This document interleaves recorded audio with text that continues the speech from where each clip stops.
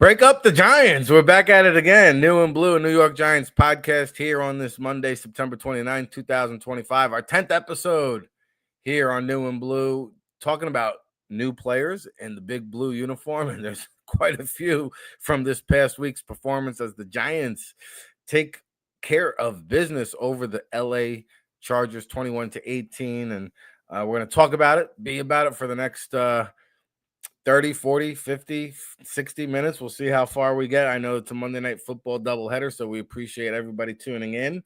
And before we get into the action, we do have to start off with the big news that makes football look minuscule, and that's the announcement there that the statement the Giants put out earlier today stating that John Mara is undergoing treatment for cancer. So we definitely give our thoughts and prayers to the John Mara family, the whole Giant football community, and the Big Blue family. So hopefully everything goes well with John Mara, obviously a staple there with the Giants organization, a lot of history being passed down from his father, Wellington. And, you know, we're going to talk about some positivity here on the Big Blue show because it's been a rough couple of weeks here, and they've made the transition into Russell Wilson over to Jaxson Dart, and all of a sudden it's optimism here in the Meadowlands. And with me each and every Monday night, my co-host of New and Blue, a New York Giants podcast, is Dan Orlando. Of course, you've seen him in the past floating around on Sports Illustrated, Giants Country, of course, part of the NFL Draft Bible Familia.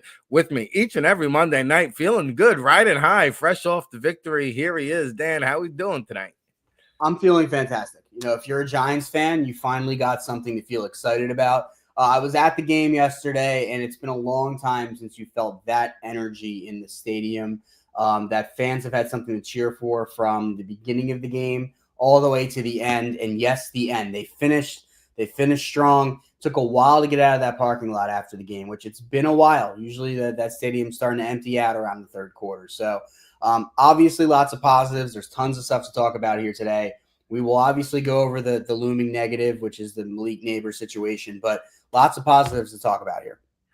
Yeah, it's good to hear that about the stadium because it's been crickets in there. You've seen opponents, fans, visitors coming in, taking over the Meadowlands, I hate to tell you, and that's how it's been because they've been down and out. But no, they came out strong for the start of Jaxson Dart, a new era, and it looks like Brian Daboll out now has molded into his own personality and taking over, you know, with the medical staff, practicing outside for the first time since he's taken over as head coach, clearly going on record and stating this is my decision. And you saw all the love affair. Some of these beat reporters are getting out of control with the love affair, but you saw Daboll obviously hugging Jaxson Dart after the game.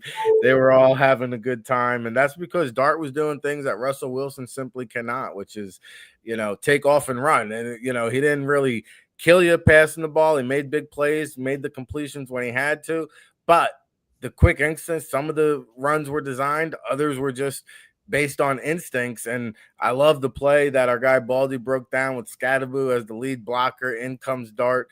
Big plays. He did take a lot of hits. Let's talk about the positives first out of Jaxson Dart's first career start, Dan.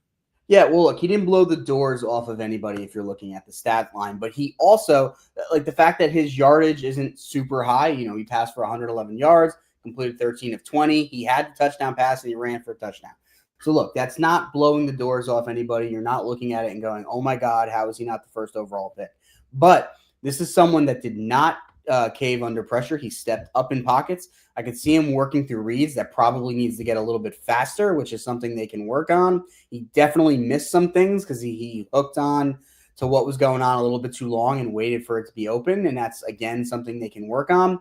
But he also did not put the ball in a bad situation. He would take the sack. He took 5 sacks. Yep. 4 of those were on him, and it was still better than him throwing to a guy who wasn't going to be open by the time the ball got there, which is what a rookie quarterback typically does, right? So, you know, you saw a guy who had energy, who had composure, a guy who, you know, they ended up getting the first down anyway on that final real drive for them. Well, not the second to last drive where they almost scored the touchdown. And he was dead to rights, and he spun out. He pulled an Eli from Super Bowl 42. He spins out of that hit, and he runs across the first down line. Ended up not mattering because the Chargers were apparently off sides, but You got to love that. If you're a fan, you love seeing that fire. It's not the Daniel Jones shoulder shrug that you've gotten for years. So, look, the guy needs to learn how to slide. Like to see a little more power on his throws, but there's a lot to be excited about here. Yeah, he took some hits. He's got to learn how to slide earlier, I think, in the process. And we saw that in the QB camp that John Gruden does so wonderfully before the draft. So, a moment of Giants fans collectively holding their breath there when the call from upstairs came in. He was hunched over, hands on the shoulder. He took a beating in this game. And the call from Park Avenue came in and said, yo, you got to come out. Russell Wilson comes in for a brief stint. But, luckily he got cleared back for action.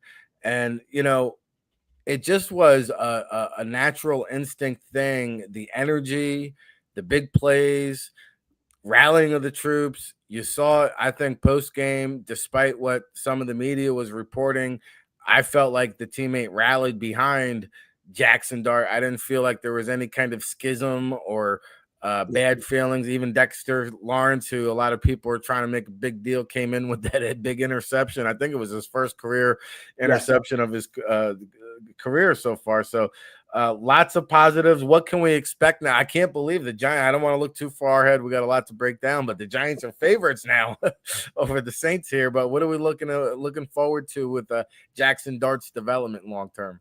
Sure. Well, first I'll build off, something you mentioned real quick there. You mentioned Russell had to come in when Jaxson was removed for medical reasons, the independent neurologist. And you got an opportunity to see it again, as if anyone had forgotten. Look, Russell Wilson is a limited quarterback. He does something that's very hard, very well. The moon ball, fantastic. But then the middle stuff, I was explaining to my girlfriend, he's basically Happy Gilmore. Like he can't putt it. He can't do the stuff that should be easier, but he can absolutely blow you away with the hard stuff. He comes in. He got, I believe it was 2 plays. He gets sacks and fumbles the ball. So, this was just, I think that if anything, it just calms down any of those, the bad blood about starting Jaxson Dart.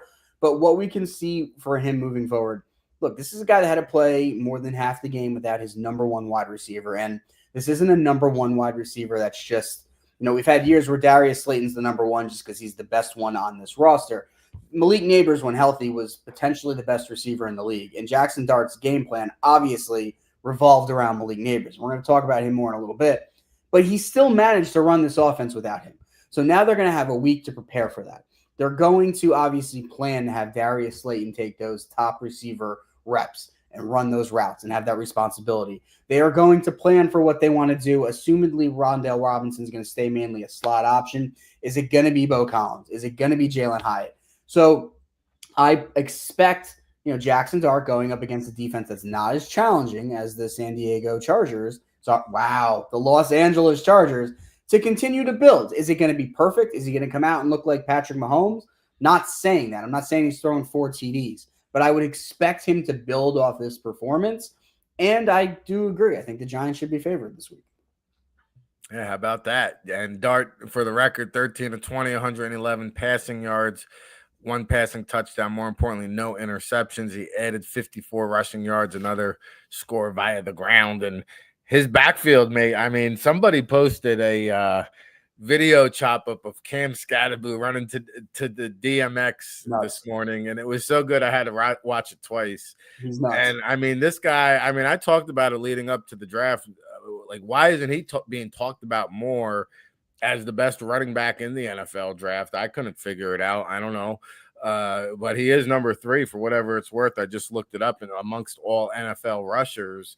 Wow. And Ashton Genty finally had a big game, but Skattebo's been pretty consistent. He gets his heaviest workload with Tyrone Tracy being out, 25 carries, 79 yards.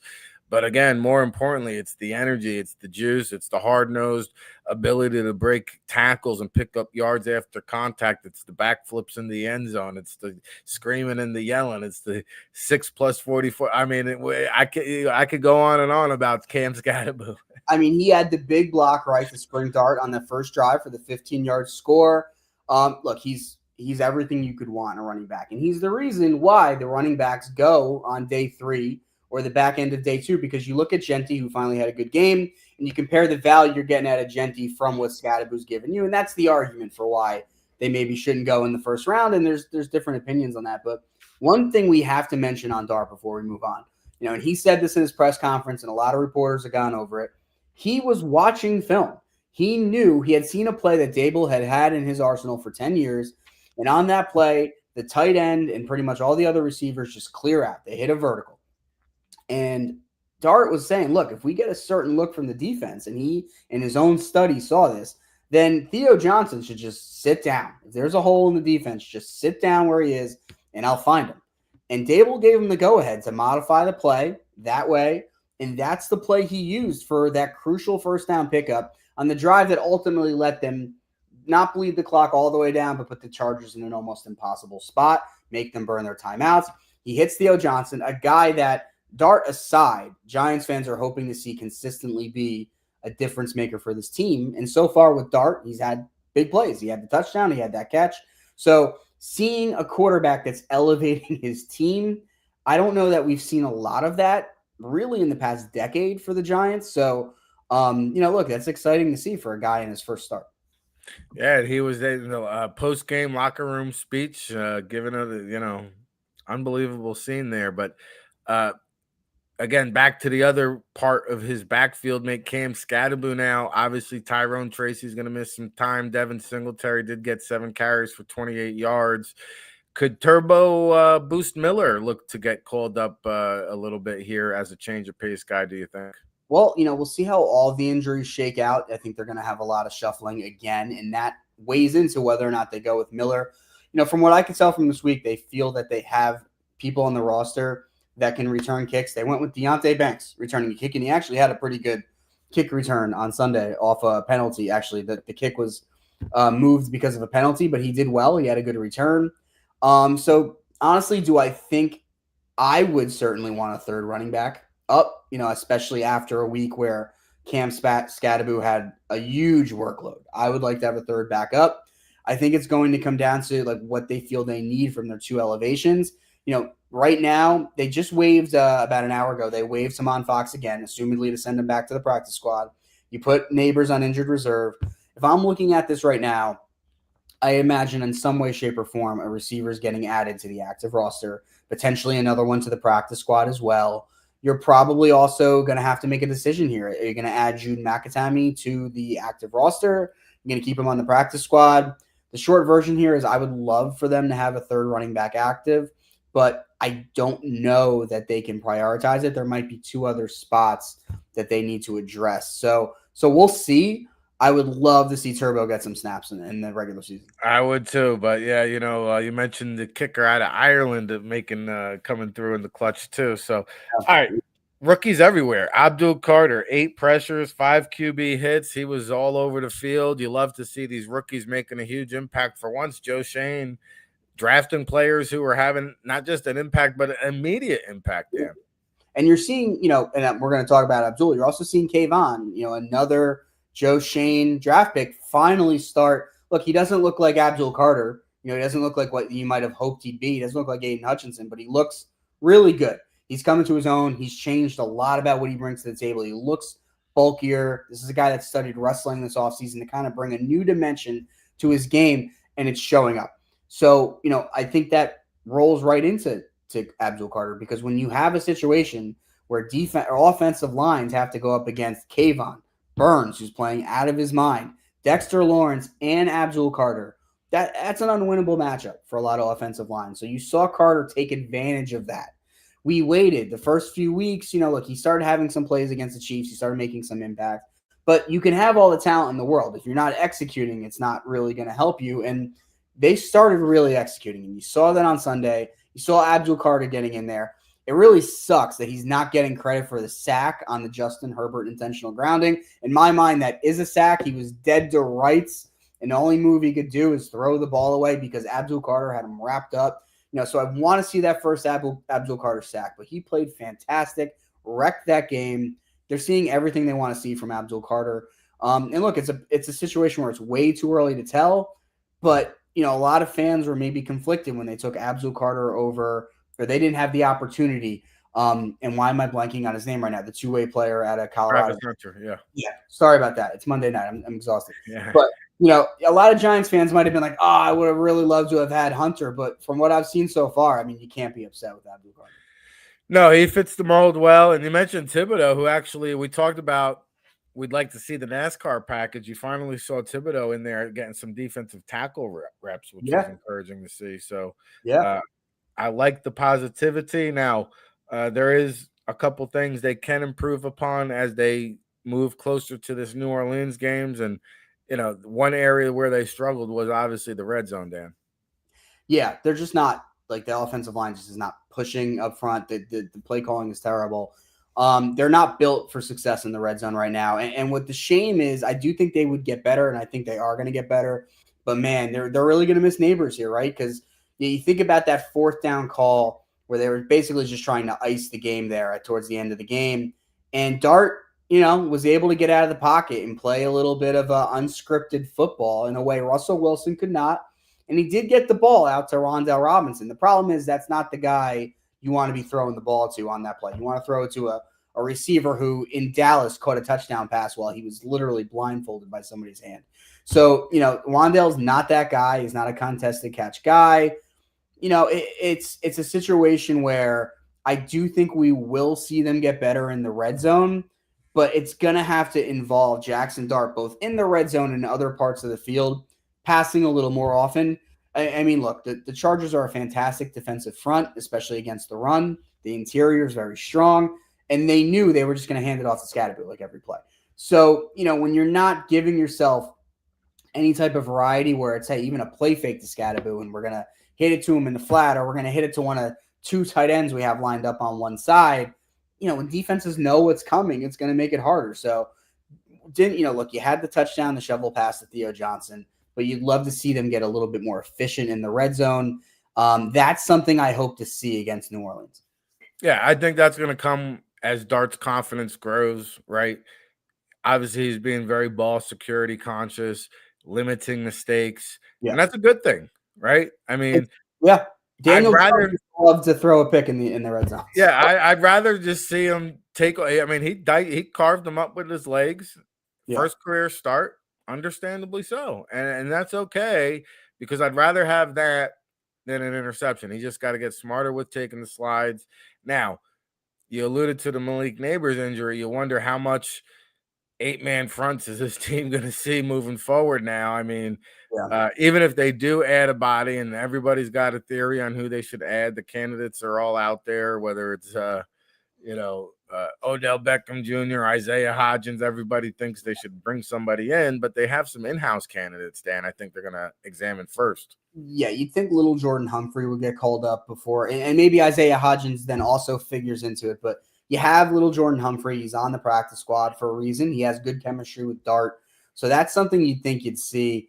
I'll say this, I see Odell's name thrown out there. And honestly, look, he might have stuff in the tank. That's fair. But the guy literally like an hour after Malik's injury was blasting the Giants in the NFL for the MetLife Stadium turf, which he might have a very real grievance, but I can't see how the Giants operate. I have a hard time imagining them bringing in a guy who just talk crap about the field, and he goes out and tears his ACL on it. It's probably not going to go well. But that's just me. He already did that, though. Right? He's already been there. Did that. But if he came here and did it again, it would just be a nightmare for them, and they avoid those things. So, look, I think you bring in Isaiah Hodgins if you do that, or someone like him. Isaiah Hodgins is not the fastest, but he does have a lot of success in the red zone.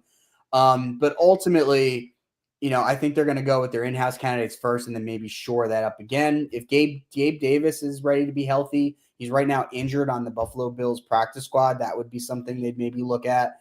But ultimately, you want to get to a point, right, where if your defensive tackle gets, brought down at the 4-yard line on a pick, that you're not going to score a touchdown. Because that's how I felt in the stadium, right? When Dexter didn't get to the end zone, I'm like, we're not scoring a touchdown. So we want to get past that.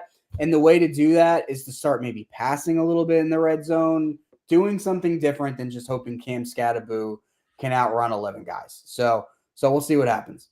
Yeah, and Dart did distribute the ball pretty evenly, like 4 targets to Slayton, 5 targets to Theo, 5 targets to Wendell. Obviously, Bellinger was in the fold. Skattebo caught a few passes. Nabers had 3 targets before he left the game. So it is going to certainly be a committee.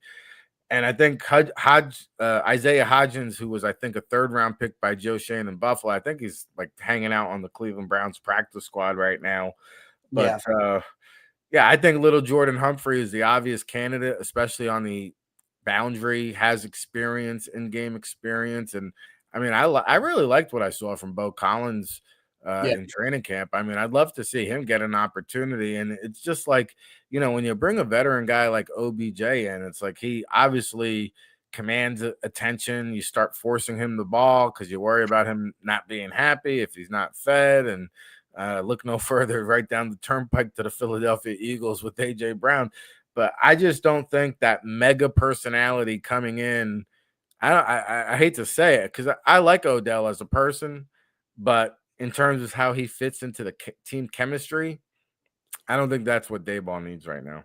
Yeah, and I think a lot, and I mentioned this to you. I really feel, even if Malik was 100% healthy, I've been thinking this for a while, that it's great that he's a fantastic receiver, but the Giants really needed to start thinking about adding beyond him in the passing game and really trying to get a second difference maker, a T. Higgins of their own type situation. And we could talk about it, like, hey, what's going to be out there in the draft? But if you're looking for this season, look, in a world where they win another couple games, let's say they beat Denver and they beat the Saints, and they're showing some life.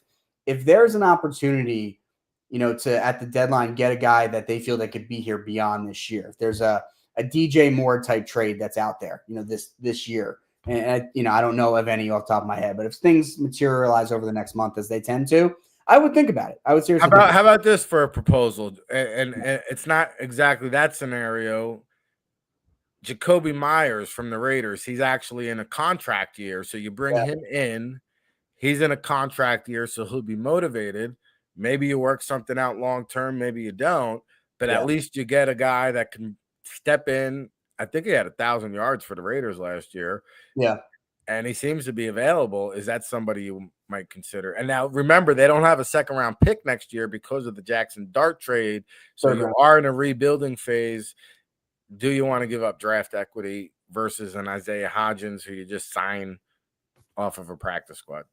Yeah, I think they have the second. Maybe they don't have the third, but I'll double check. I might be wrong. Yeah. I'll double check. Honestly, I would do it if they feel like they're going to get him locked in for the future, and they feel like that's really their wide receiver too. And ultimately, I know like it's early for draft stuff, and right now there's the one receiver out of Arizona State that is considered to be a top 10 pick, and it's early. Things change. Things can look totally different. If I'm the Giants and I'm picking in the top 10, which I think is very realistic, even if they win a few games, that is an area. And I know they need help at the second defensive tackle spot. They need another offensive lineman. But I really think, regardless of Malik's health, you got to start thinking about getting a second playmaker there. So for me, if that comes up this season where there's a guy out there that, again, like what the Bears have with DJ Moore, where he's going to be a legit part of this offense, that's something I would really think Joe Shane should think about and maybe think about it a little bit earlier than he planned by a few months. No, you are right. It's a 2026 third round. They gave up the 2025 second round and a 2026 third round pick. So they will have their first two picks. And you mentioned Jordan Tyson out of Arizona State, 6'1", 195 pounds, electrifying wide receiver, playmaker, can take the top off of defense, vertical game. He's probably going to be the first receiver off the board. And after that, you got Jeremy Bernard out of Alabama at 6 foot, 200 pounds. This guy is just a weapon, really. You get the ball in his hands and let him do work. You see him scoring touchdowns downfield. You see him doing end-arounds, bubble screens, taking it the distance in the blink of an eye. He's also going to be in the first-round mix. Mekhi Lemon out of USC. I mean, he just had a monster week. And, really, USC has two guys. Jacoby Lane came in with all these preseason accolades, but it's been Mekhi Lemon, the speedster, out of USC and that high-octane Trojans offense. And, you got Carnell Tate, Ohio State, who isn't as good as Jeremiah Smith, who you got to wait 2 years for. Mm-hmm. But I mean, Ohio State's been a wide receiver factory, and you got some really big limbed wideouts too, like a Nick Harbor from South Carolina comes in at 6'4", 235. Jacoby Lane, I mentioned, 6'3", 195. Malachi Fields out of Notre Dame, 6'3", 220. You got David Boston's son over in Washington. A lot of us don't see him playing out west, but Denzel Boston is another guy to keep an eye on. So within those first 2 rounds, there's going to be a lot of options. There's not a lot of star-studded power up top. Like Tyson's probably the clear-cut guy. Yeah. You can get a good complementary receiver, though, late first, early second. And he wants speed. Evan Stewart out of Oregon, 4.3 guy. Deion Burks out of Oklahoma, 4.3 guy. So those are some guys that Giants fans will want to absolutely keep tabs on or keep notes on in terms of first or second round picks. Because I would imagine if it's not wide receiver, it'll probably be offensive line. It would either be that, in my opinion, or defensive tackle. And I would say wide receiver was third on that list before Sunday. Now, honestly, I'm pushing it to the front because it was something they needed anyway. Again, Nabers is going to be back, let's say, by week 5 or so of next year, but he's probably going to be a B-plus player until the 2027 season. There's exceptions to that. Adrian Peterson's probably the most notable, but they typically don't come back. And look, B-plus and Malik Nabers is still a very good wide receiver. But, if you compare him, let's say they get Tyson and Tyson's as advertised, well, man, it's a lot easier to deal with Malik Nabers not being the full Malik Nabers experience if you have another electric receiver. And then when they're both healthy by the end of 2026 or in 2027, well, man, like now you got that offense that you've been talking about, because even if Nabers never had another injury, something the Giants have been limited by is the fact that there is such a drop-off. And I think Slayton's a good receiver. And I think Wandale's a good player. But there's such a drop-off between him and their next offensive weapon that it's, look, you triple coverage him and it's hard to keep the game going. Yeah, and I mean, let's be honest. I know, like, we've seen guys come back now faster than ever from this ACL. I mean, guys come back 6 months, 8 months, but they don't really truly come back to full form for 2 years. Yeah. That's the reality of it. Like, you're right now, and look, Nabers is a first-round pick, and the Giants are going to pick up that 5th option, barring more big injury issues. So this is a situation where I'm looking at it as you're going to get him next year. Like, he's going to play for you next year, but you're not really, unless something else happens to him, you are not going to see him again until the final 2 years of his time with the Giants. So you better have a roster that by that 2027 season is just ready to absolutely rock. And I think they're on trajectory for that. But, you're probably just not – Nabers can't be your entire offense next year, even if he comes back. Yeah, and, everybody heals differently. Stephon Diggs is a guy obviously much older than Malik Nabers, but, like, he came back from that ACL after, like, 8 months. Yeah. Right? Initially, when he signed with New England, they thought he might not be ready for training camp. He might miss the first 4 games. He came back early. Yeah. But if you watch him play, he's not as explosive. Yeah. He even came out and said, I'm only a 5 out of 10. Vrabel was asked about it. He's like, hey, I got to have a talk with my guy. Like, what's going on? Is it mental? Is it physical? But, like, you truly do need 2 years to get back. And OBJ never got back to his previous form. No, I mean, not for a long. It's like he'd have spurts, but yeah, Nabers being especially what he is that he's explosive, and look, he brings other things to the table. But this is a guy like, one of his touchdown catches this year was just posterizing somebody by getting up, doing exactly what he did yesterday when he got injured. If you didn't see the game or you just watched it, casually, he didn't get hurt coming to the ground. He launching off of the turf is what injured him. So that's, a big part of his game. So, like, this is still a guy I'm going to count on to be able to make catches, but is he going to be making them consistently 30-plus yards down the field? Is he going to be making catches that other receivers would just never get in position for? Probably not until 2027. Maybe if he does heal fast and he's, like, back at it in 8 months and the Giants are good next year and they're in contention around the holidays, maybe you start seeing him then. But it all brings you back to the same place. You can't count on him being more than your number 2 receiver next year, which is a major change for the Giants. Get him some more firepower. You need to do that no matter what. No doubt about it. That's Dan Orlando. I'm Ric Serritella. We're breaking it down, chopping it up each and every Monday night, 7 p.m. Eastern, live here on Facebook, Twitter, and YouTube. Please smash that like button, share it, subscribe it, and we appreciate all the love and support. Michael in the chat room, AJ Brown isn't happy. Call Philadelphia.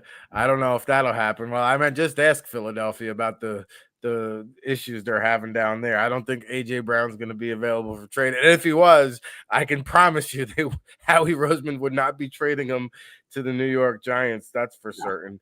All right. Well, we talked about Malik Nabers' long-term issues, Dan. Let's take a look at the short-term. New Orleans Saints on tap. They're going to be down there in New Orleans, I believe, going in as road dog favorites. 1.5 points last time I checked. Spencer Rattler, he's kind of been a loose cannon, just firing off the pass attempts. Obviously, the Saints constantly playing from behind. But this is a team similar to the Giants. Not a lot of superstars, especially on the offensive side of the ball. You're not going to find many explosive playmakers that you have to worry about. Chris Olave obviously is a threat, but Alvin Kamara is up there in dog years. There's not a lot to be worried about if you're the New York Giants, and they have yet to win a ball game. Believe it or not, they're one of the few, actually 4 teams. 2 of them are in action, I think, as we speak. The Giants, the Jets, and the Dolphins, and then you got the Saints and the Titans, who have yet to win a game. So how do you see this one coming out? Well, now through the first 4 weeks of the season, and then we finally saw the pass rush this week, right? Getting home and sealing this victory. And the complaints against Dallas, they weren't getting that done. The complaints a week earlier, they really weren't getting the Daniels at all for as vaunted as this pass rush was supposed to be. But the reality is the Giants in all of their previous 4 games have played upper echelon quarterbacks. I mean, Dak Prescott was probably the worst quarterback that they played. So when you look at that, these good quarterbacks, even Justin Herbert, who was under attack all day yesterday, he would still get the ball out quickly in some of these circumstances. And as someone who's watching this game, you go, man, I'd love to see this pass rush unleashed on a quarterback who's not, in that tier. Because what does that look like when a guy isn't good enough to get rid of the ball when Abdul Carter is just all over him? So we're getting that opportunity on Sunday. I do think that's the X factor in the game.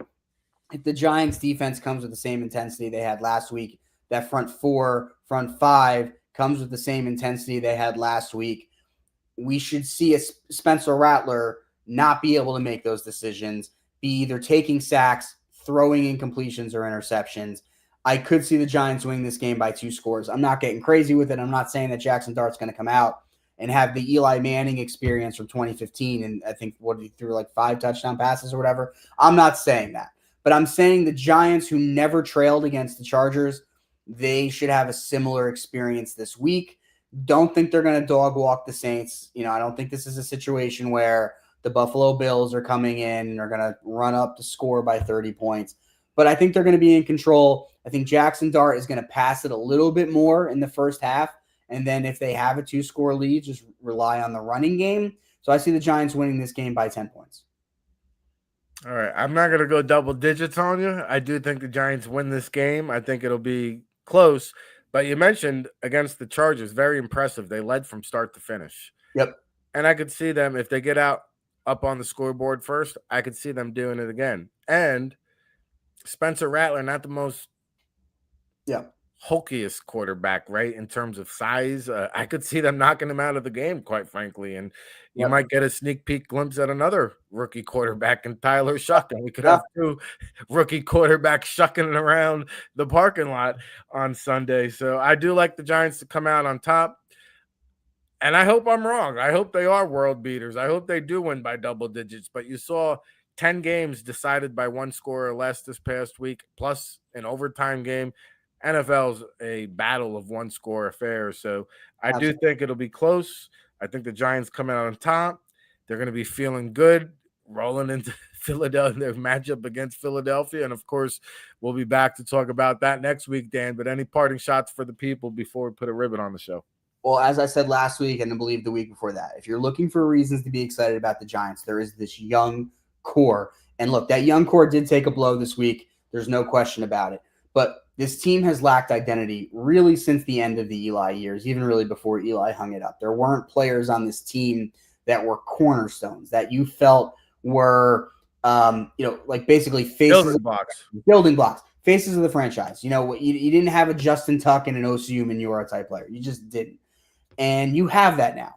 On Sunday, they introduced the offense. They got the individual introductions.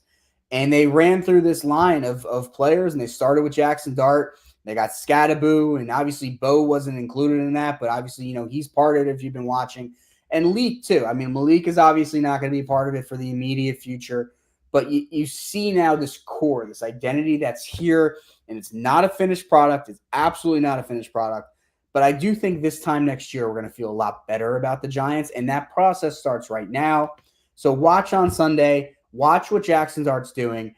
2 weeks from now when they're playing the Eagles, I'm not anticipating to win that game, but I am anticipating that Jaxson Dart's going to meet the challenge and have some good things for us to talk about, building blocks for us to talk about. So if you want to watch this team and not stress about the record, there's still plenty to watch. There's a young core here. There's a lot to be excited about. And I want to see Jaxson Dart show me something each week that's a little bit different, and I hope we see that on Sunday.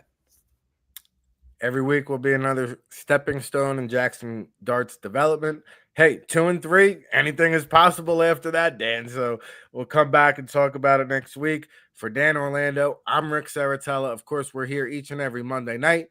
New and Blue, a New York Giants podcast. And All Access Football has a lot of great programming here. We also have the QB Huddle that airs on Tuesday, Scouting the League with Neil Stratton and Roderick David, bringing you behind the scenes of the league. That is the National Football League. And, of course, the All Access Football Daily Show. We're going to wrap up this edition of our 10th episode here on the New and Blue New York Giants podcast. And on the way out the door, we're going to play a promo of the All Access Football Show. In case you haven't tuned in, what are you doing? We're live each and every day, 7 days a week, 10 a.m. Eastern. And we'll see you next week, everybody. Hey, RIC and a place to be. Ric Serritella checking in from the legendary Jersey Shore for the world-famous All Access Football, and you're tuned in to the All Access Football Daily Show, our newest venture here at the world-famous All Access Football, read by all 32 NFL teams and 50,000 subscribers from around the world. And I've been blessed and fortunate enough to work in this great game of football for the past 2 decades. It's our 24th season of providing you independent analysis when it comes to the NFL draft and everything pigskin, whether it's the NFL, college football, NFL draft, CFL, UFL. We'll be with you each step of the way, especially for draft season when we really get into high mode. Of course, it's all brought to you by the 2026 NFL Draft Bible, published in April, featuring over 500 in-depth scouting reports with our boots-on-the-ground analysis. We'll be on location at the All-Star Games, the NFL Scouting Combine, the Pro Day Circuit, counting you down to that 2026 NFL Draft in Pittsburgh. And be sure you check us out over at allaccessfootball.com. We've got a great promo discount for you listeners at home. If you enter our promo code RICVIP, you'll get a 30% discount off of all of our premium content. You'll unlock the magic. Get our NFL Draft Insider Reports, Scouting Notebook, of course, the World Football All Access Football Report, published on Wednesday. It's your new home for real football talk. So follow along, give us a shout. We hope you're enjoying the show. If you're watching on YouTube, Facebook, or X, please give it a like, a share, a subscribe. And we'll be with you each and every day here, 7 days a week, live, 10 a.m. Eastern, no days off, rain, sleet, hail, snow. The show must go on. For Ric Serritella and the All Access Football Daily Show, keep it locked, everybody.